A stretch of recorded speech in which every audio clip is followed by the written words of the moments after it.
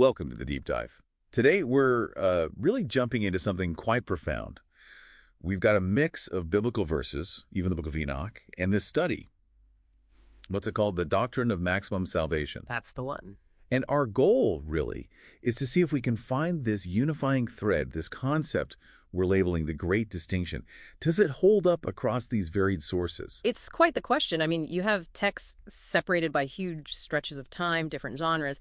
But yeah, the idea is to look for a kind of coherence, maybe a deeper structure about God's purpose, human destiny, something consistent. Okay, the Great Distinction. So let's unpack that.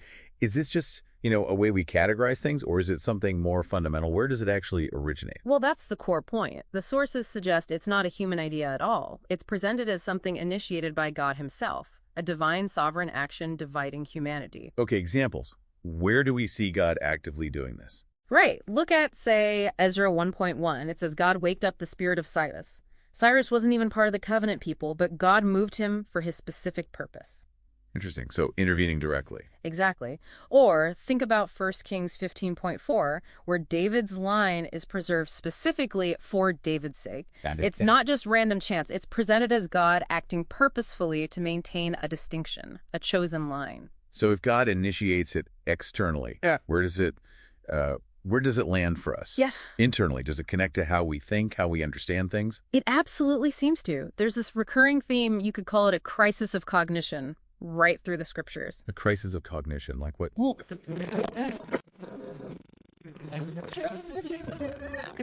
He's genuinely baffled. He can't grasp it. Right. Or Judges 3.7, where it says, Israel kept forgetting Jehovah, their God. That's not just absent-mindedness. It's a cognitive and volitional turning away. Okay, I see the contrast. And then Paul, in 1 Corinthians 14.20, flips it. He says, be full-grown men.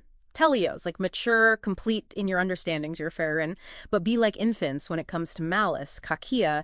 It sets up this huge divide based on intellectual and spiritual maturity. So understanding, or the lack of it, directly links to, well, the end game, to where people end up, two different paths. Precisely. The consequences are stark. You see this contrast drawn out. Lamentations 5.1 talks about reproach, chirpa. Yeah. That's not just feeling bad. It's an objective state of disgrace stemming from breaking the covenant. Okay, a state of being. Right. And contrast that with 2 Thessalonians 2.16, which talks about God giving everlasting comfort, paraklesis, and good hope, elpis, to those he loves. One is this public, recognized shame. The other is divine assurance and hope. Very different realities. Now, you mentioned the Book of Enoch earlier. That takes us way back. How does that fit in? It connects to the Nephilim, right? Which seems kind of unexpected here. It is surprising, but it provides this almost primordial template. Enoch presents the Nephilim, these offspring of fallen angels and humans, as fundamentally irredeemable, an entire lineage set apart, permanently excluded. Wow. Okay, so like the ultimate distinction from the very beginning. It's sort of a blueprint, yeah. And you see echoes later. Isaiah 26.14 mentions the Rephaim, often linked to the Nephilim tradition, who rise not. It signifies this deep, permanent exclusion from resurrection life. Okay, let's pivot then to that study, The Doctrine of Maximum Salvation by Dallas James. How does it build in this idea of distinction? You mentioned it's not universal salvation. Correct. Very important distinction itself. The study essentially proposes two main things. First, almost everyone, humans and angels, will eventually be saved. Almost. What's the exception? Except those who commit what it identifies as the unpardonable sin. And second, the Nephilim are definitively excluded from resurrection. So it's maximum possible salvation, but with these very specific, textually argued exceptions. Right. So let's pin down this unpardonable sin.